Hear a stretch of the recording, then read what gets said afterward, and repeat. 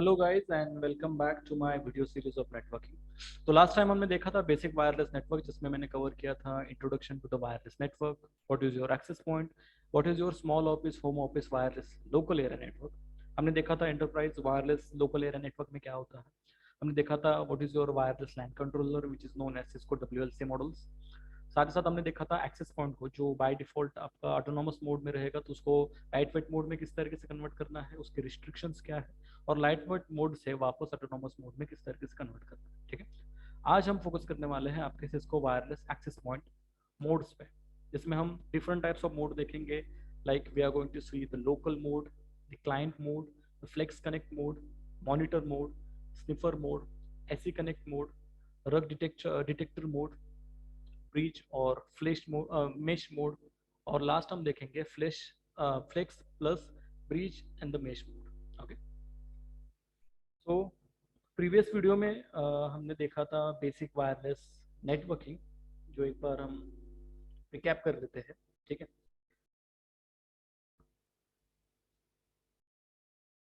Okay.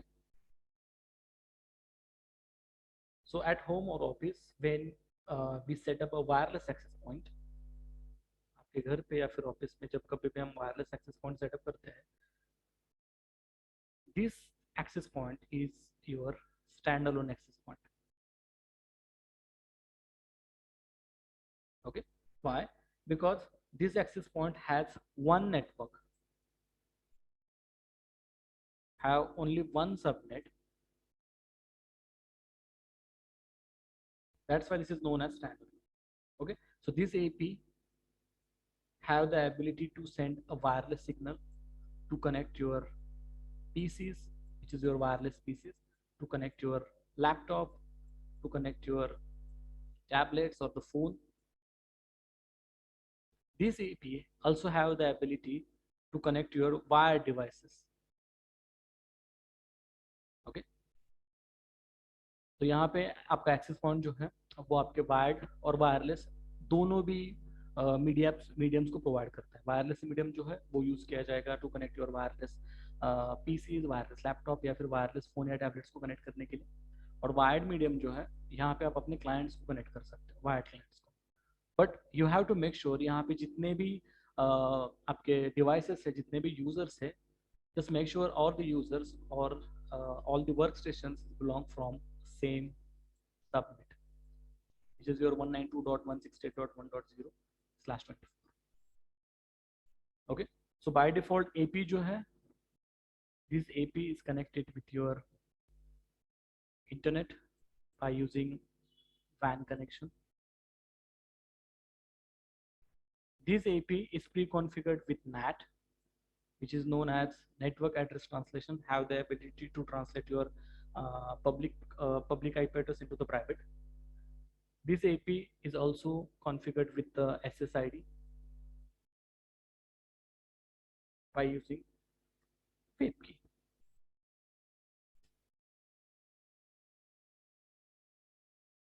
Okay, so this is like a standalone network, जो कि आपके ऑफिस पे, स्मॉल ऑफिस या फिर होम ऑफिस में हम इसको यूज कर सकते हैं। ओके, जहाँ पे एक ही सबनेट है, जहाँ पे एक ही एक्सेस पॉइंट रहेगा और आपके मल्टीपल यूजर्स हो सकते हैं। अब यही चीज़ अगर मैं लार्ज स्केल पे देखूंगा, जहाँ पे एक या एक से ज़्यादा नेटवर्क्स रहेंगे या एक से ज़्यादा सबनेट्स रहेंगे, तो क्या होगा? इसका मतलब एंटरप्राइज नेटवर्क की अगर मैं बात कर रहा हूँ, तो एंटरप्राइज नेटवर्क में इट्स गेट मोर कॉम्प्लिकेटेड। क्यों? क्योंकि यहाँ पे एक या फिर एक से ज़्यादा नेटवर्क या एक या फिर एक से ज़्यादा सबनेट्स को हम यूज़ कर सकते हैं। तो एंटरप्राइज नेटवर्क में देखो क्या होगा। In enterprise network we have access point which is connected with your switch. This switch have a multiple VLANs, like VLAN 10, we have VLAN 20, and we have VLAN 30. इस VLAN 10, 20, 30 के पीछे मेरे कुछ networks रहेंगे। ओके, तो यहाँ पे VLAN 10 जो है is belong from IT department, VLAN 20 जो है is belong from sales department, and VLAN 30 जो है is belong from HR department. Okay, तो यहाँ पे आप देख सकते हो हमारे पास स्विच है, हमारे पास एक्सेस पॉइंट है, और स्विच पे हमने डिफरेंट VLANs को by their VLANs name configure किया है। क्लियर हुआ यहाँ तक? So when wireless user log in, जैसे यहाँ पे कोई एक वायरलेस यूजर से he is trying to get a log in, you should need to put this wireless user into appropriate VLAN. Okay?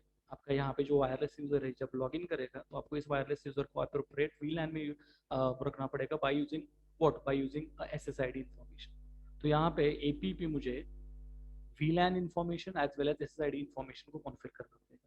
मतलब VLAN 10 जो है इस बिलोंग फ्रॉम IT डिपार्टमेंट, और इसका SSID जो है 123 है, और इसका VLAN टैग जो है वो है लेस 10। VLAN 20 जो है वो सेल्स डिपार्टमेंट से, इसका SSID है 456, इसका VLAN टैग जो है वो है 20, एंड VLAN 30 जो है इसका SSID जो है वो है 789, और इसका हम VLAN टैग रखते हैं 30। अब VLAN टैग क्यों यूज कर रहे हैं? जैसे if that user wants to get a login with the SSID of let's say 456, ये सेल्स यूजर का बंदा है, ये 456 SSID को लेके आ रहा है यहाँ पे, and he wants to connect with the sales department. अब ये सेल्स डिपार्टमेंट जो है वो किस VLAN से बिलोंग कर रहा है? VLAN 20 से। अब जब AP जो है इस पैकेट को रिसीव करेगा from the user, so user क्या करेगा? He is going to make packet is look like this. Source IP address रहेगा लेट्स से PC1 का, he wants to connect with the different he wants to connect with the VLAN 20 of PC2, PC20 VLAN 20 पे sales department पे PC2 है, इसके साथ connect करना चाहता है with the SSID of what? With the 456 SSID। तो ये पैकेट, ये इन्फॉर्मेशन जो है वो क्या किसको भेजेगा? एक्सेस पॉइंट को भेजेगा। Access point will check this information by looking the SSID information. SSID 456 जो है वो किसके लिए? VLAN 20 से।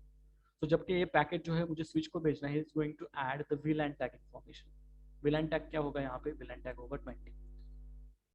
By adding this VLAN tag information, so AP क्या कर रहा है? AP is forwarding the packet based on what? Based on the VLAN tag towards switch by using which port? By using trunk port. By using what? By using a trunk port. Okay. तो यहाँ तक clear हुआ? तो access point पे मुझे manually क्या क्या configure करना पड़ा? मैन्युअली मुझे SSIDs को कॉन्फ़िगर करना पड़ा, मैन्युअली मुझे VLAN टैग्स को कॉन्फ़िगर करना पड़ा। ये सारा कॉन्फ़िगरेशन मुझे मैन्युअली करना है एक एक्सेस पॉइंट पे। This is your access point number 1। So this enterprise level AP have the ability to configure multiple SSIDs with their appropriate VLAN, VLAN IDs, and the VLAN tag. So these kind of AP is known as autonomous access point. This kind of AP is known as autonomous access point. अब जब मैं आपके enterprise network की बात कर रहा हूँ तो जरूरी नहीं कि यहाँ पे एक ही एक्सेस पॉइंट होगा। Might be we have multiple APs over here. Let's say we have AP1, AP2, we have AP3. यहाँ पे एक या एक से ज्यादा एक्सेस पॉइंट जो है वो यूज हो सकते हैं by using a trunk port to connect a switch. Now you have to just make sure जब अगर आपके पास एक या एक से ज्यादा एक्सेस पॉइंट यूज हो रहे हैं एंटरप्राइज नेटवर्क में, जो एक्सेस पॉइंट 1 पे जो कुछ भी आपने कॉन्फ़िगरेशन किया है आपके SSIDs का, आपके VLAN टैग का, ये configuration you have to replicate on your access point 2 and access point 3 manually. Okay, ये सारा कॉन्फ़िगरेशन मुझे क्या करना पड़ेगा? मैन्युअली कॉन्फ़िगर करना पड़ेगा एक्सेस पॉइंट 2 और एक्सेस पॉइंट 3। तो अगर लार्ज नेटवर्क है आपके पास, so it get more complicated. अगर ये एक या एक से ज्यादा एक्सेस पॉइंट यूज हो रहे हैं आपके बड़े नेटवर्क में, जैसे 50 एक्सेस पॉइंट यूज हो रहा है, तो ये सब कुछ कॉन्फ़िगरेशन जो है SSID का कॉन्फ़िगरेशन या फिर VLAN टैग का कॉन्फ़िगरेशन जो है वो एक एक्सेस पॉइंट से दूसरे एक्सेस पॉइंट या तीसरे या मल्टीपल एक्सेस पॉइंट पे मैन्युअली जाके कॉन्फ़िगर करना, it's more difficult. So to overcome this kind of problem, you can use or you need to set up a controller over here. You need to set up a controller, okay, which is known as Cisco Wireless LAN Controller or the WLC. This WLC, which is your wired device, it does not have any wireless capabilities. This controller is just used to manage the multiple access points. Okay, so यहाँ पे जो controller use हो रहा है, यहाँ पे जो WLC use हो रहा है, it come up with two flavours. You can buy this WLC as appliance or as a virtual box. As a appliance अगर आप इसको यूज कर रहे हो तो आप एक सेपरेट प्रोडक्ट भी खरीद सकते हो एज अ WLC, और it come up with the integrate with the switch. Okay, दो तरीके से ये आ सकता है. So this WLC have the ability, this WLC have the ability to configure this all this thing like VLAN, VLAN ID, SSID information and the VLAN tag information. तो इस WLC पे मैं क्या कॉन्फ़िगर करूंगा, VLAN IDs को configure करूंगा, SSIDs को configure करूंगा, साथ ही साथ VLAN tags को भी कॉन्फ़िगर करूंगा. ओके, ऐसे इसको हटा देते हैं. So we have switch over here, we have access point over here, let's say access point 1, access point 2 and access point 3. Okay, we have VLANs over here, VLAN 10, VLAN 20 and VLAN 30, and we have controller over here, WLC. Okay, तो WLC पे क्या क्या होगा, जैसे VLAN 10 is belong from sales, it's belong from IT department with the SSID of 123. VLAN 20 is belong from sales department with the SSID of 456, and VLAN 30 is belong from, let's say, HR department is with the having SSID of 789. ये configuration में करूंगा आपके WLC पे. साथ ही साथ और एक कॉन्फ़िगरेशन होगा VLAN टैग्स का. ओके, VLAN टैग की कॉन्फ़िगरेशन कैसे रहेगी, जैसे VLAN 10 का हम VLAN टैग यूज कर रहे हैं 10, VLAN 20 का VLAN टैग यूज कर रहे हैं 20, और VLAN 30 का VLAN टैग यूज कर रहे हैं 30. तो ये IT डिपार्टमेंट्स है, ये सेल्स डिपार्टमेंट्स और HR डिपार्टमेंट्स. ओके, तो यहाँ पे WLC क्या करेगा, देखो जैसे ही आप अपने SSID का कॉन्फ़िगरेशन WLC पे करोगे, this WLC will push down this configuration towards AP1, towards AP2 and the AP3.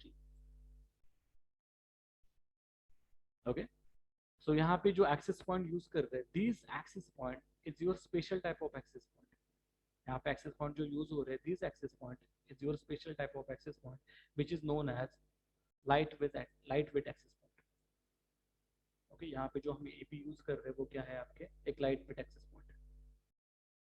तो यहाँ पे WLC क्या कर रहा है, WLC is only taking care about your control plane or the management plane traffic.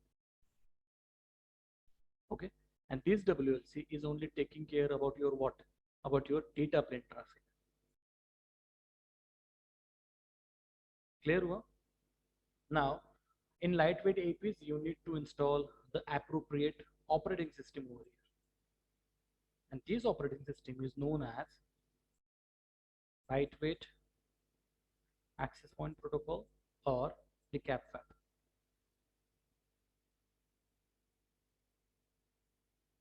You should need to install this.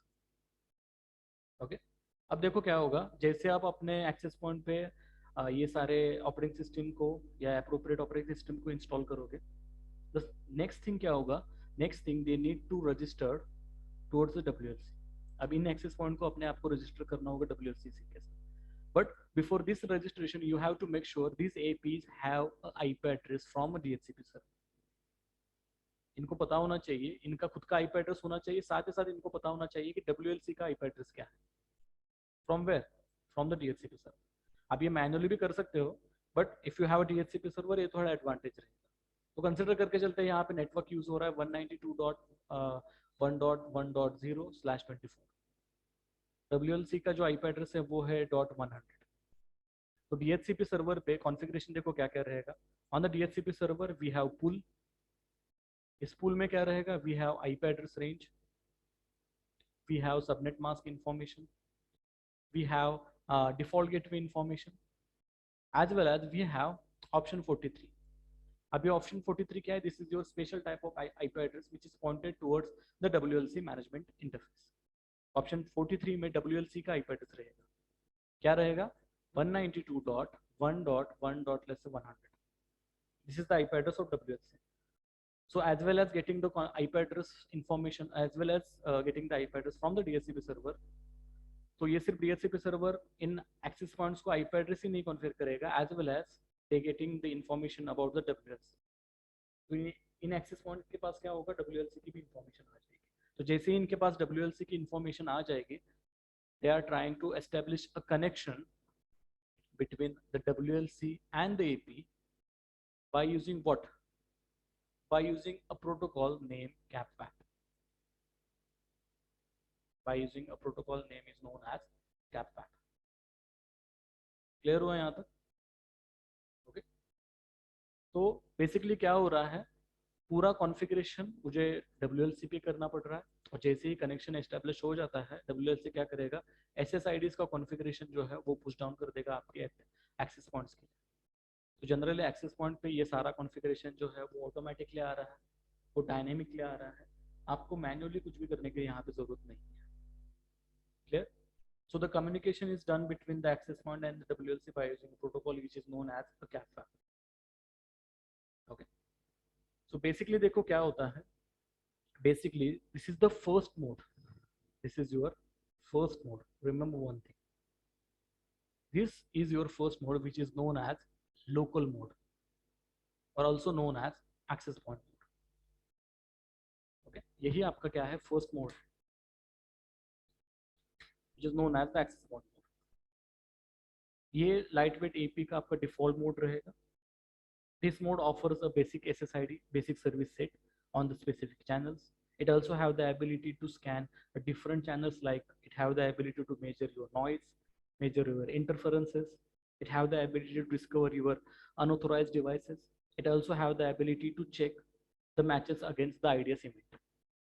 So local mode में क्या होगा, in this local mode AP access point जो है, AP create a two CAPWAP tunnel towards WLC. One tunnel is for management perspective or management traffic. Second tunnel is used for data traffic. So this is known as your central switch model. Okay, this is known as your central switch model. Clear हुआ यहाँ तक? तो यहाँ पे क्या होगा, जैसे ही ये आपके कनेक्शन जो है एस्टैब्लिश करेंगे by using WLC as a tunnel protocol. दो टनल एस्टेब्लिश हो रहे हैं यहाँ पे, एक होगा मैनेजमेंट ट्रैफिक के लिए, दूसरा होगा आपके डेटा ट्रैफिक के लिए, by using CAPWAP tunnel, CAPWAP protocol. So this is known as your central switch model और द लोकल मोड. क्लियर हुआ यहाँ तक? नेक्स्ट मोड जो है वो है आपका क्लाइंट मोड. अब क्लाइंट मोड में देखो क्या होगा. क्लाइंट मोड में basically in this mode you can have one AP. Let's say this is your AP1 or Edge AP, which is connected with the internet by using WAN link. Okay. और unfortunately ये जो connection है मैं extend नहीं कर पा रहा हूँ. जैसे से मेरे 3 फ्लोर बिल्डिंग है, 1, 2 and 3. थर्ड फ्लोर पे आपका एक्सेस पॉइंट है, एक्सेस पॉइंट 1, जो कि आपके इंटरनेट के साथ कनेक्टेड है, बट यही कनेक्शन मुझे एक्सटेंड करना है फर्स्ट फ्लोर के लिए, और अनफॉर्चुनेटली मैं आपके एक्सेस पॉइंट तक कनेक्टिविटी नहीं रख पा रहा हूँ. तो यहाँ पे हम क्या कर सकते हैं, एक और एक एक्सेस पॉइंट यूज कर सकते हैं, विच इज पॉइंटेड टुवर्ड्स और have the connection towards the AP1. So this AP1 is considered as your edge router, and this AP2 is considered as your repeater. Okay, so in this mode you can have one AP which is connected with the internet, and other AP is connected with your edge AP to get the internet access, just like the repeater. Okay, next one which is known as the flex connect mode. अब ये flex connect mode क्यों कैसे use होगा वो सबसे पहले देख लेते हैं. अब देखो यहाँ पे क्या होगा, जैसे ही ये कम्युनिकेशन जो है, ये कनेक्शन जो एस्टेब्लिश्ड हो जाएगा, let's say a sales user login or wants to log in with the SSID of 456, he is going to send the packet towards the AP. Okay, तो AP की तरफ ये पैकेट जो है फॉरवर्ड कर देगा. AP जो है it just only taking care about your data frame. That's why AP और स्विच के बीच में जो कनेक्शन एस्टेब्लिश्ड होगा वो कैसे रहेगा, एक्सेस मोड. वो कैसे रहेगा आपका access mode. So this AP does not have any ability to switch the packet towards the switch. So he is going to send the packet towards whom? Towards the WLC by using SSID information. तो वो क्या करेगा? Access point क्या करेगा? Packet initiate करेगा जिसमें source IP address रहेगा PC1 का, डेस्टिनेशन आईपी एड्रेस रहेगा PC2 का, और SSID की इंफॉर्मेशन रहेगी 456. Send the packet towards, like इसमें सोर्स आईपी एड्रेस रखेगा खुद का AP1 और डेस्टिनेशन आईपी एड्रेस रहेगा WLC का. जैसे ये पैकेट आपके WLC के पास हिट होगा, WLC क्या करेगा? बाय यूजिंग कैपस्वैप एक्चुअली. तो WLC यहाँ पे क्या करेगा? इस इंफॉर्मेशन को स्ट्रिप कर देगा. वो देखेगा, वो क्या देखेगा? SSID जो है वो 456 है, सोर्स है 1, डेस्टिनेशन है 2, SSID है 456. 456 जो है वो किसके लिए रिजर्व है? सेल्स डिपार्टमेंट के लिए. और उसका सेल्स डिपार्टमेंट का VLAN टैग क्या है? VLAN tag of 20. And then he is going to forward the packet towards the switch by using what? By using this interface as a trunk. Okay. अब just in case, अब देखो AP के पास तो कोई VLAN tags की information नहीं है, तो वो पैकेट को फॉरवर्ड नहीं कर पाएगा, तो वो WLC को पैकेट फॉरवर्ड कर देगा. So WLC is taking care about to transmitting a data to forwarding the packet based on the VLAN tags. तो जस्ट इन केस अगर ये कम्युनिकेशन एस्टेब्लिश हो गया है और WLC अगर डाउन हो जाता है, तो rest of the network, wireless network will goes down. तो इन सिचुएशन में क्या होगा? एक तो आप प्राइमरी या फिर सेकेंडरी WLC को यूज कर सकते हो क्लस्टरिंग रिडंडेंसी परस्पेक्टिव, या फिर you can use a flex connect. Flex connect में क्या होगा? देखो WLC जैसे कि मैंने आपको कहा था AP जैसे रिक्वेस्ट भेजता है, तो WLC क्या करेगा? SSID का कॉन्फ़िगरेशन इंफॉर्मेशन वो आपको एक्सेस पॉइंट को भेज देगा. As well as flex connect में क्या होगा? ये SSID के साथ साथ आपके VLAN टैग की इंफॉर्मेशन को भी फॉरवर्ड कर देता है. तो फ्लेक्स कनेक्ट मोड में क्या होगा? आपका जो एक्सेस पॉइंट रहेगा AP, इसके पास आपके SSID की भी इंफॉर्मेशन है, एज वेल एज आपके VLAN टैग्स की भी इंफॉर्मेशन है. अब क्या है? This AP is have the ability to forward the packet towards what? Towards switch, towards appropriate VLAN by using a VLAN tag. तो अब मुझे इस पैकेट को WLC को भेजने की जरूरत नहीं है. I am going to send the packet towards whom? Towards the switch. अब मेरे पास वो अथॉरिटी है. I have the ability. Okay? So जैसे ही कोई यूजर लॉग इन करेगा with a particular SSID, it forwards the packet towards the AP. AP will check the SSID and the corresponding VLAN tag information and forwards the packet towards switch by using what? By using a trunk port. मतलब AP और switch के बीच में अब यहाँ पे जो interface use किया जाएगा वो क्या होगा? आपका trunk. So this AP, this lightweight AP is acting as like your access point AP. Sorry, acting as like your autonomous access point. But it's still managed by the WLC. So Flex Connect mode में क्या है? The AP locally switch the traffic between the VLAN and the SSID. जैसे ही आपका कैपवेप tunnel down हो जाता है, कैपवेप और कैपवेप tunnel जो एस्टेब्लिश हुआ है WLC और AP के बीच में, जैसे वो डाउन हो जाता है, AP will taking care to forward the packet based on VLAN tags, and this is known as the flex mode. This is known as the flex mode. Clear? The next one, which is your monitor mode. अब ये monitor mode में देखो क्या है? In this mode, the AP doesn't transmit at all. It have the ability to detect your rogue devices, मतलब unauthorized devices को detect किया जा सकता है इस mode में. It also have the ability to check the events against the IDS. It determine the position of the wireless stations, but it does not have or it does not broadcast the SSID, so your user won't get login. मतलब ये by default SSID इसको broadcast नहीं करता. तो SSID अगर broadcast नहीं हो पा रहे तो आपके client जो है वो use या connect नहीं हो पाएंगे with the AP. Okay? तो यहाँ पे मॉनिटर किया जा रहा है आपके पैकेट्स को, आपके डेटा को स्निप करके मॉनिटर किया जा रहा है. So in this mode, you can enable a tracking optimization up to 4 channels, like channel number 1, channel number 6, or channel number 11. Up to what? Within let's say 2.4 gigahertz. Right. Okay 2.4 gigahertz band तक क्या कर सकते हैं आप अपने channels को, अपने trekking को इनेबल कर सकते हो, ऑप्टिमाइज कर सकते हो, which is defined in IEEE, which is defined in IEEE 802.11, let's say B, G, and X. Okay. So next one, which is known as the sniffer mode. अब ये sniffer mode में देखो क्या है. It have the ability to monitor and record the network activities and detect the problem. मतलब आपके network में क्या क्या एक्टिविटीज हो रही है, आपके नेटवर्क में जैसे पैकेट जो है आपके नेटवर्क में जो कुछ भी पैकेट फॉरवर्ड किए जा रहा है इसको स्निप करके आप देख सकते हो. So it helps to detect your problem. It have the ability to record the network activities as well.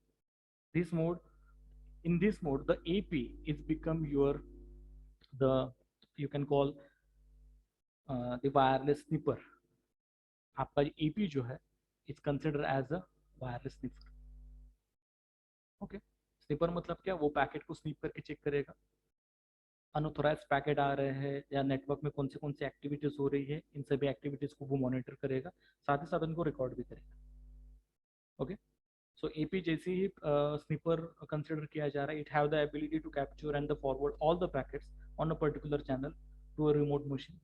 अब रिमोट मशीन पे you have to make sure, मतलब यहाँ पे क्या होगा, let's say we have the access point over here which is enabled by the sniffer mode, and we have, let's say, a remote machine which is configured with packet snipping software, right. आपके इस remote machine पे आपके वो software install रहेंगे, packet analyser software install रहेंगे, like we have wild packet, OmniPeek और AiroPeek आप इसको यूज कर सकते हो, और you can use AirMagnet enterprise analyser, और you can use a Wireshark as a software. तो जैसे ही आप अपने एपी को स्निपर मोड में इम्प्लीमेंट करोगे, ये by default S S I को ब्रॉडकास्ट नहीं कर पाएगा. तो अगर एस एस आई ब्रॉडकास्ट नहीं हो पा रहे हैं तो आपके जो यूजर्स है दे कैंट लॉग इन. आपके यूजर जो है they won't log in. Okay. Next जो है वो है AC connect mode. SE connect mode में क्या होता है, आपको जो एक्सेस पॉइंट है वो सारी इंफॉर्मेशन कलेक्ट करता है about your RF spectrum information. मतलब ये आरएफ स्पेक्ट्रम की सारी इंफॉर्मेशन वो क्या करेगा, कलेक्ट करेगा of your wireless network by using what, by using Cisco spectrum expert. Okay. So इस मोड पे भी आपका जो एक्सेस पॉइंट है वो आपके एसएसआईडीज को ब्रॉडकास्ट नहीं कर सकता, तो यूजर जो है वो लॉग इन नहीं कर पाएंगे. मोस्टली ये जो मोड है स्ट्रिक्टली यूज किया जाता है आपके ट्रबल शूटिंग परस्पेक्टिव के लिए. नेक्स्ट जो है वो है रग डिटेक्टर मोड. अब रग डिटेक्ट मोड में which is also known as the unauthorized detector mode. This mode AP used to detect your unauthorized users, unauthorized devices via their MAC address information. मतलब आपका अगर आपके वायरलेस लैन नेटवर्क में कोई unauthorised access point आ रहा है तो आपका AP क्या करेगा इस मोड में, by filtering the MAC address information, और इसको वो डिटेक्ट कर लेगा. सो इस मोड में क्या होगा, आपका AP जो है this AP can broadcast your SSIDs, और SSID अगर आपके ब्रॉडकास्ट हो रहे हैं तो यूजर जो है वो इजीली क्या कर सकते हैं, लॉग इन कर सकते हैं. ओके. नेक्स्ट जो है वो आपका ब्रीच और also known as the mesh mode. Bridge और मेश मोड कब यूज किया जाता है, जैसे आपका एक एरिया है, ठीक है, एक एरिया में यहाँ पे मेरा VLAN 1 है और यहाँ पे एक VLAN 2 है. VLAN 1 जो है वो एक नेटवर्क से बिलोंग कर रहा है, जैसे नेटवर्क जो है वो है ABC, और VLAN 2 जो है वो नेटवर्क यूज कर रहा है यहाँ पे जैसे DEF. दोनों VLANs अलग अलग नेटवर्क से बिलोंग कर रहे हैं. तो VLAN 1 में जितने भी यूजर्स रहेंगे they have the ability to communicate within VLAN 1, और VLAN 2 में जितने भी यूजर्स हैं वो अपने अपने विद इन VLAN ही कम्युनिकेट कर सकते हैं. VLAN 1 have their own access point, जैसे AP1, और VLAN 2 का भी एक्सेस पॉइंट खुद का है, सो दिस इज योर AP2. तो इस मोड में क्या होगा, in this mode AP have the ability to connect to network from a different local area network by using point to point और point to multi point mode. तो first देखते हैं point to point bridge mode में क्या होता है. अगर आप इस मोड को यूज कर रहे हो, so you have the ability to connect the devices from the same local area network to the remote access point. Okay. और अगर आप चाहते हो VLAN 1 और VLAN 2 के बीच में भी कम्युनिकेशन एस्टेब्लिश हो तो आप यूज कर सकते हो point to multi point bridge access mode. Okay, so point to multi point bridge mode में क्या होगा, it is use to connect a two local area network with one wireless link. Okay, और last जो है वो है flex plus bridge mesh mode. अब bridge mesh mode में जैसे मैंने आपको बताया था, it have the ability to connect one or more local area network by using same wireless local by using same wireless link, as well as you have a flex connect capabilities। मतलब इस मोड में क्या होगा, आपके पास flex connect की भी capabilities है। मतलब एपी जो है, एपी एक तो आप इस एक्सेस पॉइंट को फ्लेक्स कनेक्ट मोड में रख सकते हो या फिर ब्रिज मोड में रख सकते हो। मैं चाहता हूँ फ्लेक्स और ब्रिज दोनों भी कमांडली वर्क करें। So this kind of mode is known as flex plus bridge mode or flex plus mesh mode. So in this mode, AP allows your mesh mode to use the flex connect capabilities or flex connect mode capabilities. Okay, so that's it guys, हमने almost सारे mode जो है वो cover कर दिए हैं। See you in the next video.